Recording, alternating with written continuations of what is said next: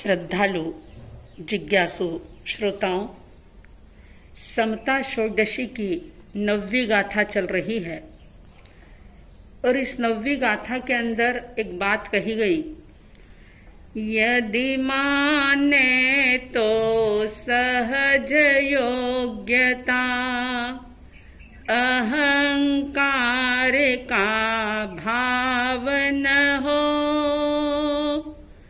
नहीं माने भवितव्य विचारो,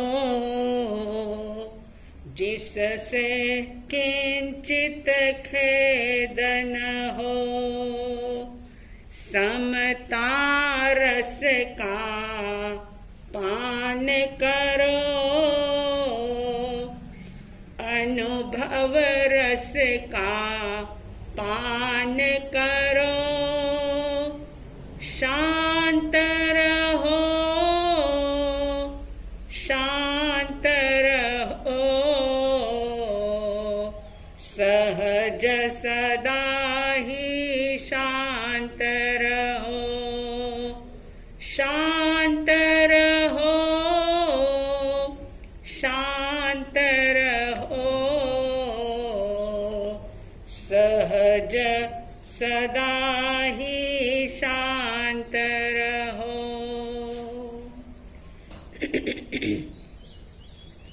एक शिक्षा दी गई कि अगर आपका सिक्का चल रहा है, बहुत पुण्य का उदय काल चल रहा है आपका, अगर कोई आपकी बात मान रहा है तो अहंकार का भाव न हो। ये अहंकार, ये ईगो, ये घमंड, ये बहुत खतरनाक वायरस है। दूसरे वायरस से बचने की व्यक्ति बहुत कोशिश करता है, उपाय करता है, अपने आप को बचाता है, लेकिन अहंकार के वायरस से कितना भीतर का नुकसान हो रहा है, इस तरफ बहुत कम लोगों का ध्यान जा पाता है। हमारे शास्त्रों में, ग्रंथों में एक बहुत प्यारी कथा आती है कि एक मुद्गशेल नाम का एक छोटा सा पत्थर होता है। हालांकि पत्थर का कोई विशेष नाम नहीं होता, लेकिन शास्त्रों ने उसको मुद्गशेल, शेल का मतलब होता है पत्थर, और मुद्ग कह करके उसको पुकारा। वो बहुत चिकना होता है, गोल होता है और सख्त होता है। पत्थर तो वैसे भी सख्त ही होता है। वह मुद्गशेल जो है कई कई वर्षों तक पानी के अंदर रहता है, लेकिन फिर भी वो सूखा का सूखा रहता है। अगर बरसों पानी में रहने के बाद कोई व्यक्ति उस मुद्गशेल को बाहर निकाले और देखे तो व्यक्ति हैरान होगा कि जिस पत्थर पर इतना जल बरसा, पानी बरसा, जो रात दिन कई कई वर्षों तक पानी में पड़ा रहा, लेकिन फिर भी गीला क्यों नहीं हो पाया, आर्द्र क्यों नहीं बन पाया, सूखा क्यों रह गया? तो ज्ञानीजन इसका समाधान देते हैं कि जो सख्त होता है, जो ठोस होता है और अपने आप से ही भरा हुआ होता है, वो किसी को भी कभी भी ग्रहण नहीं कर सकता। चाहे हजारों वर्ष वो पानी में रहे, लेकिन फिर भी वो सूखा के सूखा ही रहता है।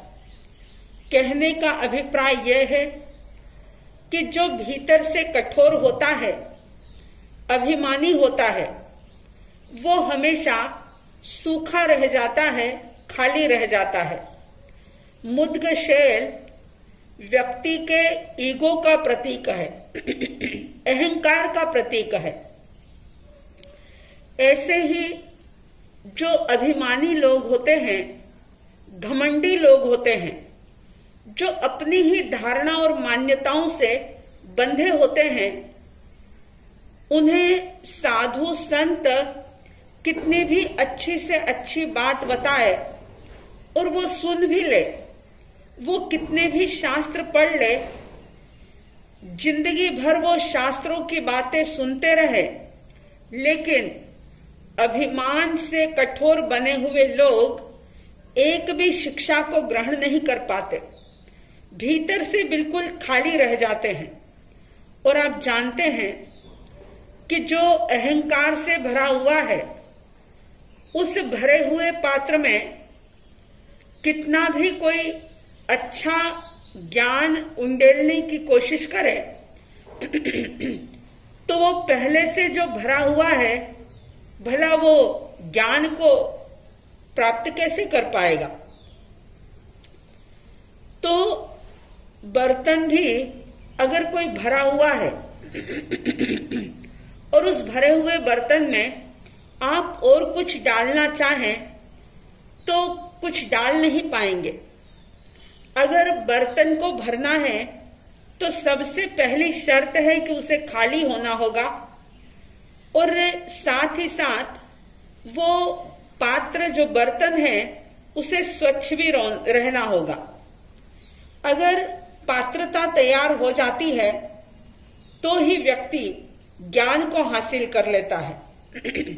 लोग कहते हैं कि आज कलयुग है, कलिकाल युग चल रहा है, चारों तरफ पाप, अन्याय, अनीति का बोलबाला है, लेकिन चाहे कितना भी कलयुग हो, पंचम आरा हो, लेकिन सत्य का कभी भी लोप नहीं होता। सत्य आज भी विद्यमान है, सत्य की शिक्षाएं आज भी मौजूद है और अगर व्यक्ति उसे पाना चाहे तो वो सहजता से प्राप्त कर सकता है। बस सिर्फ और सिर्फ शर्त ये है कि व्यक्ति अपनी पात्रता को तैयार करे। अब सवाल पैदा हो सकता है कि अभिमान, अहंकार पैदा क्यों होता है, यानी किससे पैदा होता है अहंकार? अहंकार को जन्म देने वाला कौन है? तो ज्ञानी कहते हैं कि व्यक्ति का अपना अज्ञान जो है, वो अज्ञान ही अहंकार को जन्म देने वाला है। जो व्यक्ति अपने आप से अपरिचित है, वो व्यक्ति अपनी पहचान को बाहर में तलाश करता है, धन से अपने को भरने की कोशिश करता है, यानी धन संपत्ति में वो अपने को तलाशता है, खोजता है, नाम में अपने आप को खोजता है और उस नाम को पाने के लिए कई प्रकार के संघर्ष भी करता है। पद और प्रतिष्ठा में वो अपने स्वरूप को गढ़ने का प्रयास करता है और ज्ञानी कहते हैं कि ये पौद्गलिक प्रयास जो है वो बिल्कुल ही गलत है, वो सही नहीं है। अभिमान से भरा हुआ व्यक्ति ये बात बिल्कुल भूल जाता है कि जब वो व्यक्ति पैदा हुआ था तब उसके पास न कोई नाम था, न उसका कोई धाम था, न कोई पद था, न कोई प्रतिष्ठा थी। वो बिल्कुल कोरा था। लेकिन जैसे जैसे वो बड़ा होता है, एक नाम को पकड़ लेता है और उस नाम में ही अपने आप को देखने लगता है।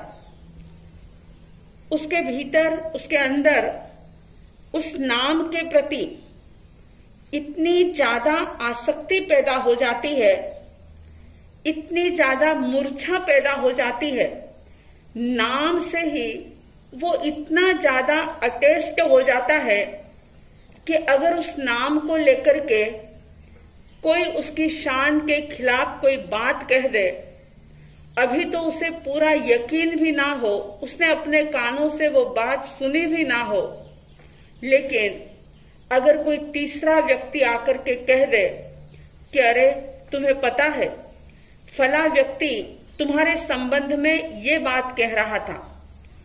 नाम की मूर्छा इतनी ज्यादा गहरी होती है कि बस ये शब्द कान में पड़ते ही व्यक्ति आग बबूला हो जाता है, द्वेष के भावों से भर जाता है, नफरत और घृणा उसके भीतर में पैदा हो जाती है। ज्ञानी कहते हैं अहंकार का भाव न हो। अगर सही में इस जीवन को सार्थक करना है तो इस बात को समझना ही होगा। अध्यात्म की बात अगर हम थोड़ा साइड में भी रख दें, अगर व्यवहारिक जीवन की भी बात करें तो व्यवहारिक जीवन के अंदर भी वही व्यक्ति शांति पूर्वक जी सकता है, सुकून की जिंदगी जी सकता है जिसने अपने ईगो को कमजोर किया है, जिसका ईगो बहुत मजबूत है, जिसका घमंड सर पर चढ़ करके बोलता है। वो व्यक्ति पग पग पर पीड़ित होगा, परेशान होगा, अंदर से अशांत होगा, बेचैन होगा।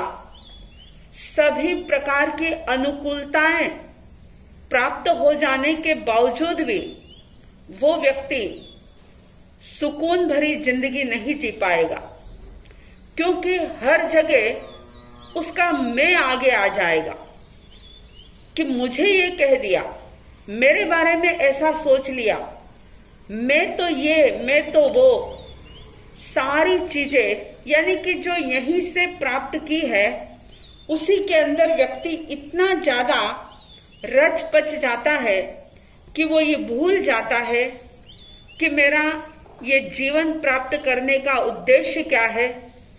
इतनी मुश्किल से ये 84 लाख जीवा योनि में परिभ्रमण करते हुए अनंत अनंत पुद्गल परावर्तन करने के बाद, अनंत दुखों को झेलने के बाद मुझे ये मनुष्य का जीवन मिला, जिनेश्वर परमात्मा की वाणी सुनने का मौका मिला, मुझे सतगुरुओं का सानिध्य मिला।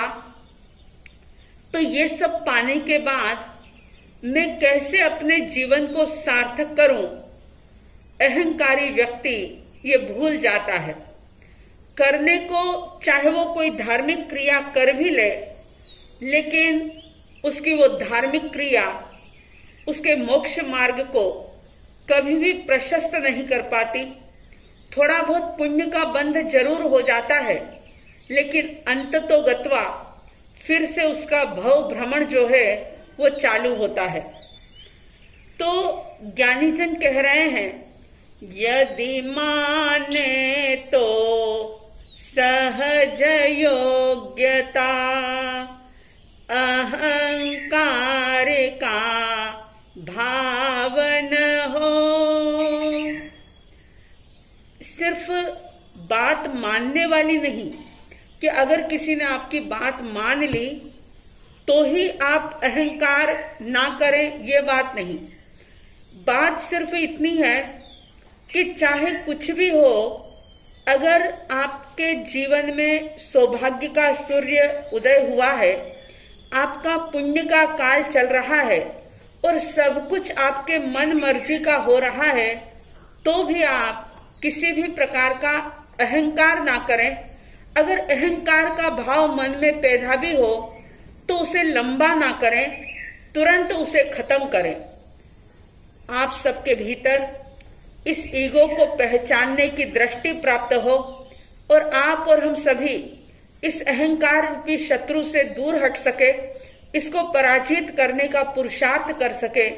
ऐसी हार्दिक हार्दिक मंगल भावनाओं के साथ जय प्रभु महावीर, जय गुरु आनंद।